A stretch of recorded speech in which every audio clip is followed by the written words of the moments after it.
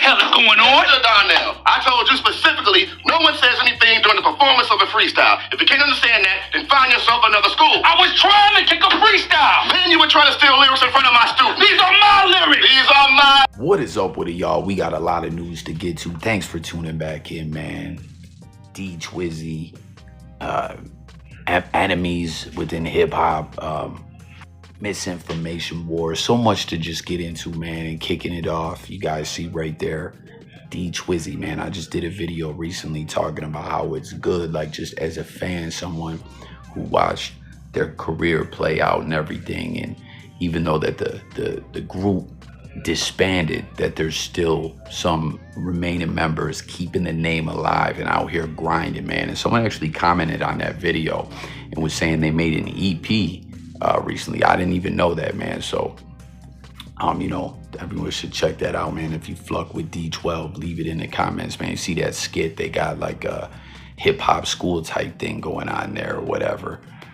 Everything, they're just pushing it all from that that Instagram, man. Go tap into it definitely if you fuck with them or not. But when it comes to D12, there was something else I just seen that we had to talk about real quick. Be scared as hell, she think I'm a shoe. I ain't trying to get your number, bitch, I'm trying to get a... Before we fuck, I told her you gon' meet Slim Shady. I thought busted, you must be crazy. I'm on couple therapy, popping pills and drinking gin. I know it's but I'm attracted to men. Pause. No pause. A lot of balls. In my 30 ass Bizarre, man. This dude always had the most off-the-wall lyrics, man. Foul, disturbing stuff, you know what I mean? But with D12, conceptually, having like the alter egos of the MCs in Detroit, having that like horrorcore background. Some call it the wicked-ish, whatever, you know what I mean? It was like shown through the alter egos of the artists in the group, but Bizarre by far was always the one that you were just like, yo, what the fuck is this man talking about, man? And you heard in that verse from this track, I guess it's called I'll Steal, S-T-E-E-L, steel, like metal, right? You heard him talking about smashing groupies or whatever by using Eminem's name and just ish like that, man.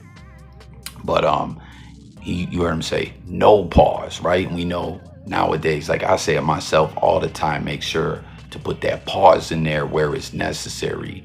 Bizarre, another good way to describe him, as you heard him, no pause. Like Bizarre has always, aside from the wild ish he said in his lyrics, he also always had that no pause vibes to his music as well. And man, when it comes to enemies in hip-hop, this is I was doing a video yesterday where, you know, Drake, obviously we know the Drake Kendrick beef, and everyone make sure to hit them buttons, man. Like I always say, subscribe. We talk it up over here. That's what it's all about, is hearing from the people. A big part of what we do on this platform is like, let's just chop it up. You know what I mean? So I have a kind of situation where I say, hey, if necessary, let's agree to disagree. But when it comes to this beef, I don't give a fuck what no one says. Drake took the L in the worst way. Like, it's not even close. Kendrick bodied him, right? But in the story that I was covering where Lupe Fiasco, an underappreciated person in hip hop, I think, was trying to get Drake, as we know, he bought Tupac's ring. He buys like, which was another thing Kendrick was saying, you shouldn't have that, man. That's got to go back to someone else. Like it don't belong on your finger. It don't belong in your possession. You know, Lupe was urging him to buy the third ownership of Dame Dash is trying to sell of Reasonable Doubt. You know what I'm saying? The original Jay-Z project. And Lupe was urging him, since he buys memorabilia, like, Drake, buy that. You know what I mean? It's necessary or whatever. Someone commented and pointed out, saying that 50 Cent and Lupe are both team, what do you say? 50 Cent and Lupe Fiasco are both team, 50 and Lupe are both team Drake, and they're both showing it, their alliance to Drake going against K. Dot and K. Dot will expose the industry. K-Dot will go at anyone that is down with Drake. Now, 50 Cent throws this up where he's talking about how him and Drake, they're going to get the cameras rolling. They're brainstorming. 50 got the whole movement going in Shreveport, Louisiana with the TV, G-Unit Films or whatever. And apparently him and Drake are going to work on some kind of show. And with that being said, I want to know, do you guys think that that's true? That like, is Fifth putting himself, like showing that he has an alliance to Drake and K-Dot will take it that way? Is he making an enemy in hip hop? Like, you know what I mean? Or do you think Kendrick will look at it differently, being that 50 isn't a rapper first these days? He's a businessman. He's pushing brands. He's got the TV and movie-ish going down. You know what I'm saying? Like, will K-Dot look at it that way? I mean, they done collabed and everything before, you know? I want to know what y'all think about that for sure. And then this misinformation wars. Like I said, man, on this channel, we talk about everything. We talk about what we see in the news. There's a lot of bullish that gets pushed out. You know what I mean? Like, what's the saying? A lie unchallenged becomes a truth.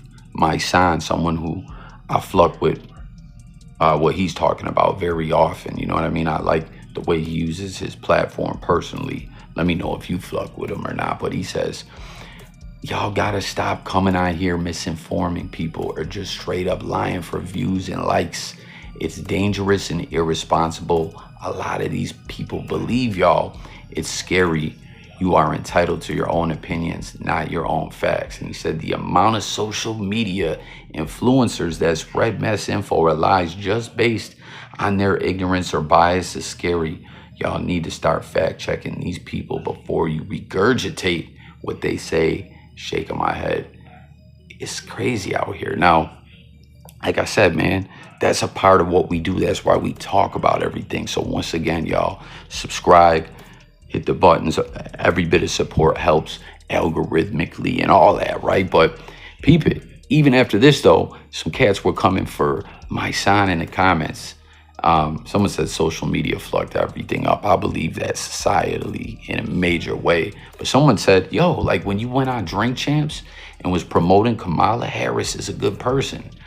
He said, your opinions of Kamala and mine are opinions. Those aren't facts. And then someone said, yo, you're one of them. 95% of what you spread is or post is misinfo. But I don't know. I wanted to know what y'all think about the misinformation wars in the blogosphere, man. So that's going to do it for this episode again. I hope to hear and look forward to hearing from everyone in the comments. Sub up, fluck with me. And I'll catch y'all on the next episode. Peace. God bless. And have a great day, a productive day.